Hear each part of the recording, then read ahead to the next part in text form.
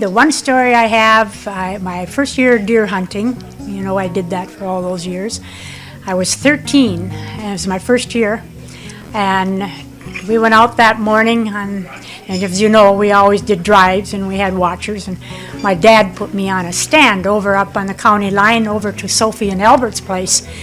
Went past their house probably 300 feet, and there was a little bit of a clearing opening there. So Dad said, you stay right here. And of course the drivers were coming from that next road, would have been Ahonen's, I believe, on that down over, I can't even think what the road is called.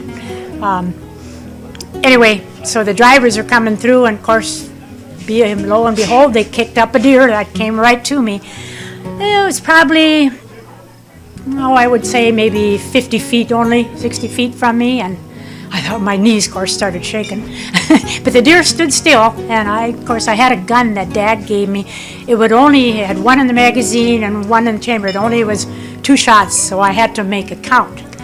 So, of course, I took a good aim, and by golly, I shot, and he didn't move. It didn't move.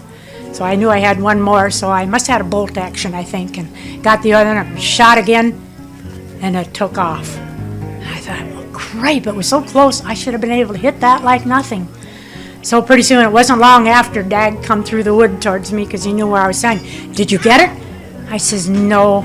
I said, something's got to be wrong with this gun. And of course, Dad looked at me, and he grabbed the gun out of my hand, and he walked about 50 feet to a tree, drew a circle in the tree, came back to where I was standing, and he shot right smack Dad in the circle he drew. And he looked at me, and he shook his head and handed me the gun and walked away. He didn't have much for when people missed a deer that easily.